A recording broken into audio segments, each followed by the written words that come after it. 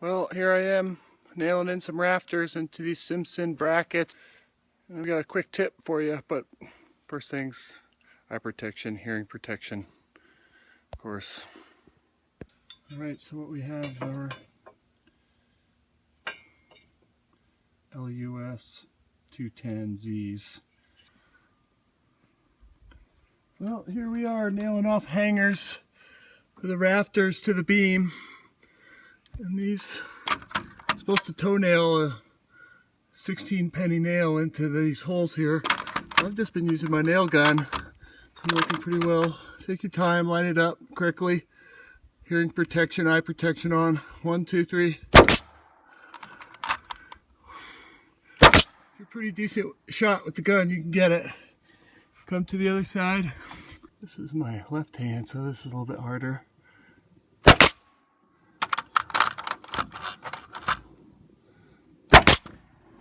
That has nice shear strength. Keeps that rafter from going anywhere.